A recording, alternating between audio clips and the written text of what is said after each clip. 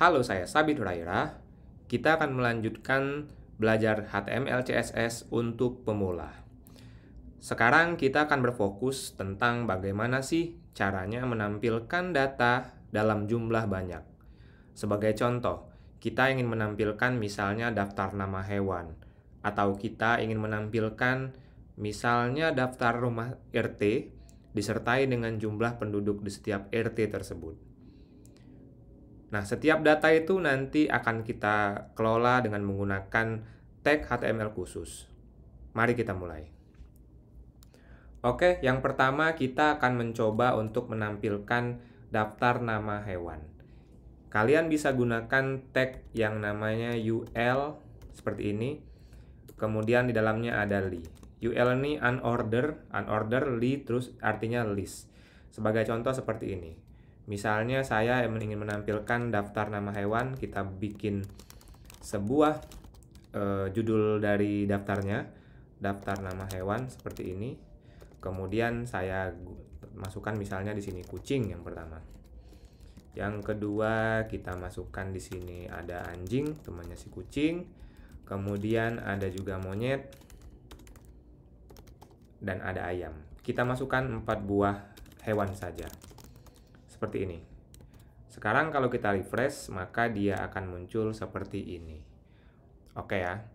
Nah, di sini seperti namanya, ini diawali dengan huruf UL, U dan L, yang artinya unorder list. Nah, kita juga bisa menambahkan daftar yang di sini bukan cuma dot seperti ini saja, bukan cuma titik saja untuk penanda daftarnya, tapi menggunakan misalnya angka. Jika kita ingin menggunakan angka, kita bisa gunakan OL. Kalau tadi yang UL ini singkatannya unorder list, kalau O sama L ini order list. Jadi kalian ingatnya gitu aja. Order list akan menampilkan seperti ini. Nah ini, jadi jika yang awalnya tadi menggunakan poin, selanjutnya dia akan menggunakan angka. Itu terkait dengan daftar hewan. Nah, sekarang kita akan coba membuat daftar yang lebih kompleks lagi, yaitu menggunakan tabel. Penggunaan tabel artinya sebuah kumpulan data itu nanti memiliki lebih dari satu jenis hal yang ingin ditampilkan. Oke? Nah, karena ini sudah banyak banget daftarnya, label HTML-nya, jadi kita akan membuat sebuah HTML baru khusus untuk mempelajari tabel. Silahkan klik New File pada Visual Studio Code kalian, seperti ini. Kemudian saya akan tambahkan table.html, seperti ini, namanya table.html. Oke. Kemarin kita udah bahas, udah saya katakan bahwa penamaan sebuah file HTML itu harus menggunakan nama indeks, yang mana seluruh website itu akan membaca file dengan nama indeks terlebih dahulu. Jadi kalau kita menggunakan nama tabel, maka dia tidak akan secara otomatis dibaca oleh direktori pada suatu server. Tapi tenang saja, di sini kita akan membuka file tabel HTML secara mandiri, secara manual maksudnya ya. Oke, sekarang kita akan ketikkan terlebih dahulu sintaks tabelnya. Kita masukkan tanda seru di sini. Kemudian seperti yang kemarin kita bahas, kita pilih yang atas. Dan di sini sudah tergenerate file HTML secara lengkap. Ada HTML-nya, ada head, dan ada body-nya.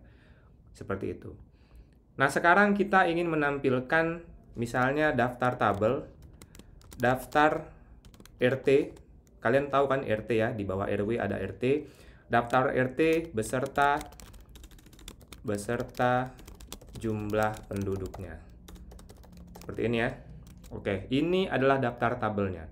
Sekarang kita akan jalankan terlebih dahulu file tabel.html ini. Jadi saya buka di sini. Oke, ini sudah ada file tabel HTML.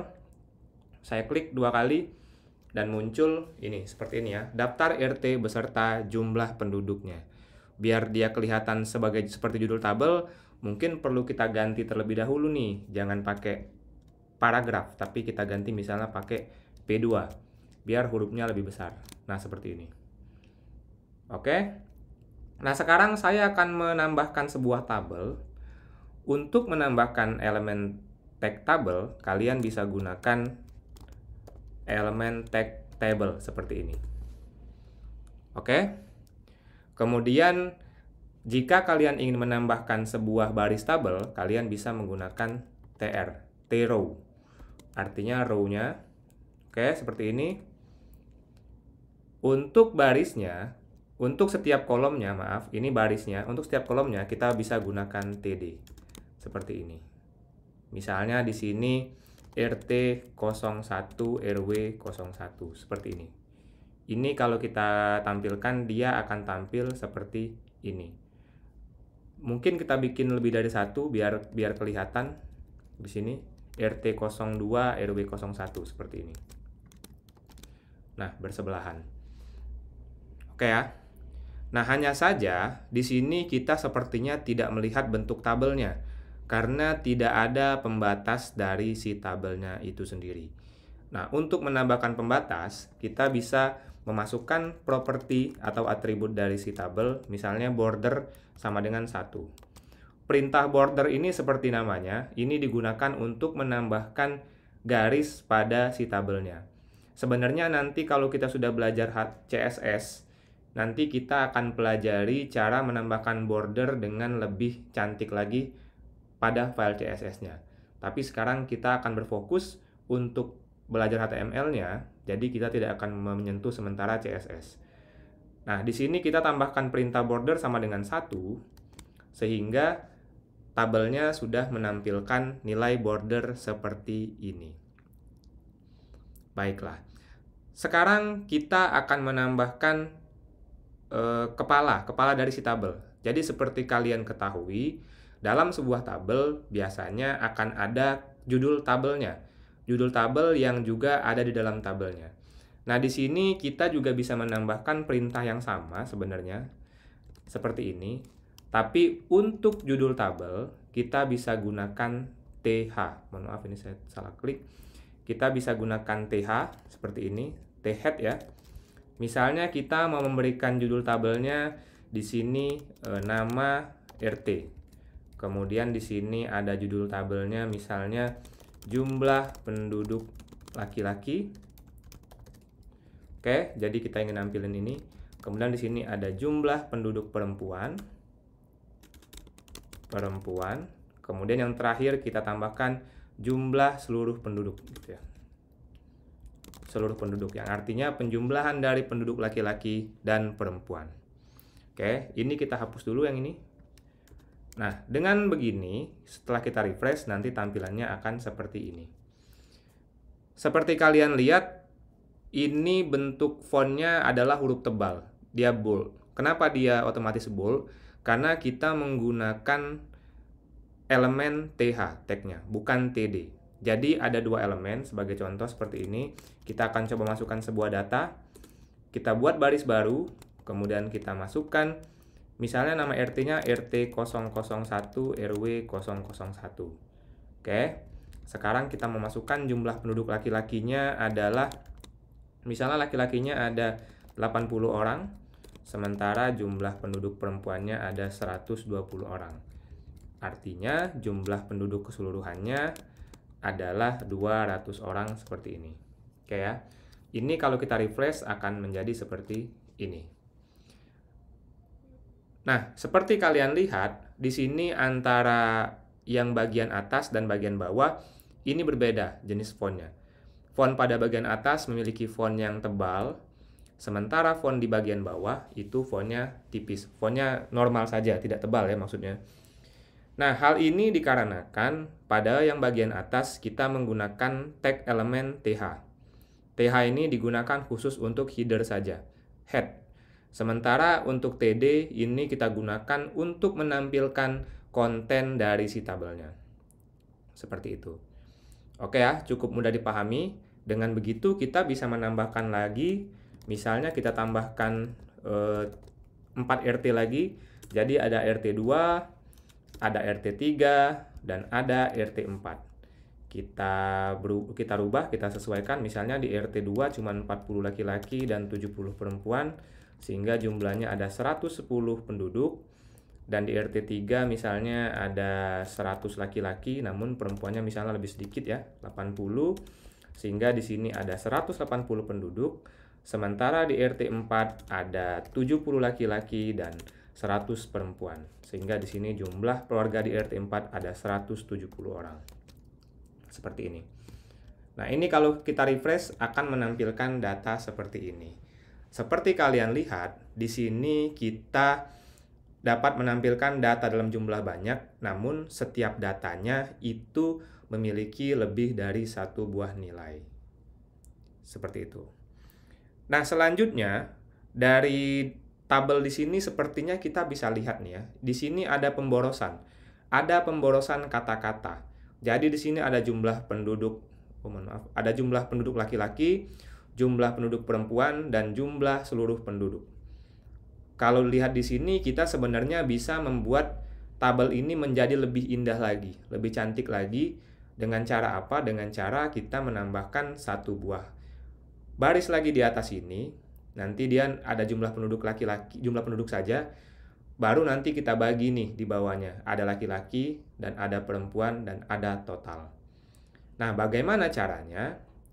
Untuk melakukan hal tersebut, kita bisa menggunakan yang namanya col span dan row span. Jadi saya akan tambahkan sebuah tabel di sini. Oke. Kemudian saya akan menambahkan satu buah TH, satu buah sel dengan nama misalnya seperti ini, jumlah penduduk. Ini kalau saya refresh akan menjadi seperti ini. Wah, ini jadi tidak cantik ya. Jadi tidak cantik. Seharusnya saya ingin menggeser jumlah penduduk ke bagian kanan ini. Oke. Nah, untuk menggeser jumlah penduduk ke bagian kanan, ke bagian sini, oke, ini saya besarin dikit ya. Jadi, untuk memindahkan jumlah penduduk ke bagian kanan sel, kita harus membuat sel nama RT ini, oke, kita akan membuat sel nama RT ini menjadi dua variabel. Memiliki dua row di sini. Dia akan mengambil dua row yang atas dan yang bawah. Oke ya. Untuk melakukan itu, kita akan memindahkan nama RT ini di sini dulu, seperti ini. Nah, seperti ini ya.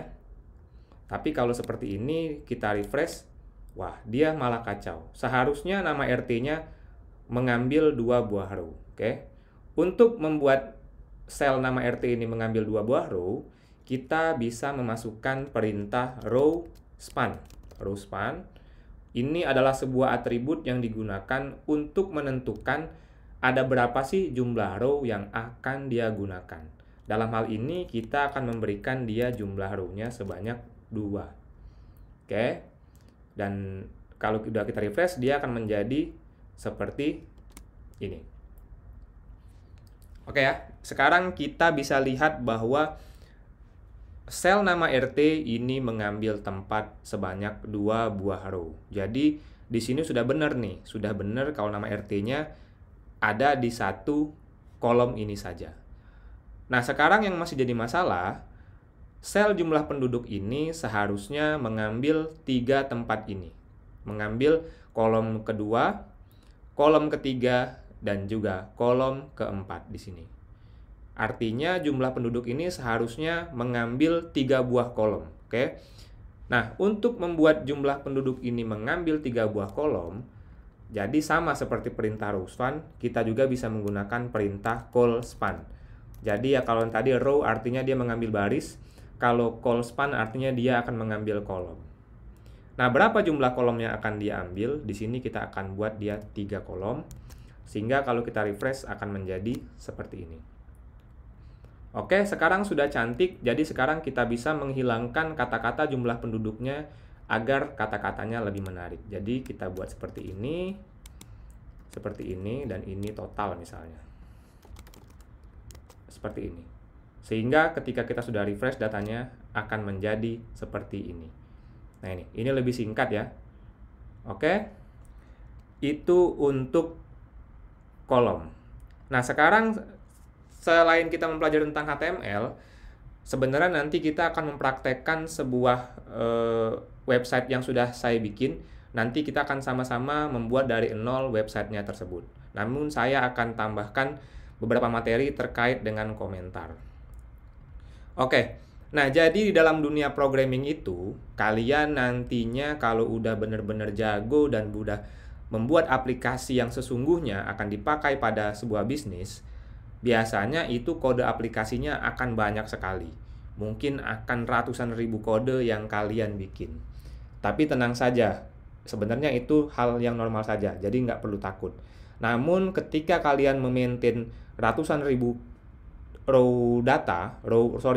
kode, kalian biasanya akan kebingungan dengan kode yang kalian buat sendiri. Untuk itu, kita biasanya menyelipkan sebuah komentar. Jadi di HTML, misalnya seperti ini. Misalnya kalian takut bingung dengan penjelasan dari si table ini. Jadi kalian ingin memberikan penjelasan apa sih guna row span dan apa guna SQL span. Jadi kalian bisa memberikan komentar pada sebuah file HTML dengan memasukkan tag seperti berikut. Masukkan tag kurang dari, tanda seru, kemudian minus-minus. Nah, nanti pada akhirannya juga dikasih minus-minus dan tag tanda panah ke kanan.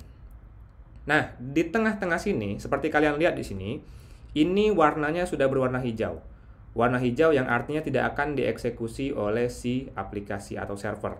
Jadi di sini kalian bisa memasukkan misalnya perintah call span digunakan untuk menentukan jumlah kolom yang digunakan oleh suatu sel. Oke ya. Nah, ini kita sudah mengetikkan sebuah perintah, tapi di sini ketika kita refresh datanya, ini tidak akan dieksekusi oleh aplikasi. Artinya dia tidak akan ditampilkan pada web HTML kalian. Karena apa? Karena memang ini dikhususkan untuk membuat sebuah komentar. Nantinya ini akan banyak kita gunakan pada materi kita. Jadi jangan lupa tata cara untuk membuat komentar. Jadi biasakan untuk membuat komentar pada kode-kode yang sulit kalian pahami. Oke, itu materi terkait tabel dan list. Nantikan video saya selanjutnya. Kalau kalian bingung, jangan ragu bertanya pada kolom komentar. Sampai jumpa.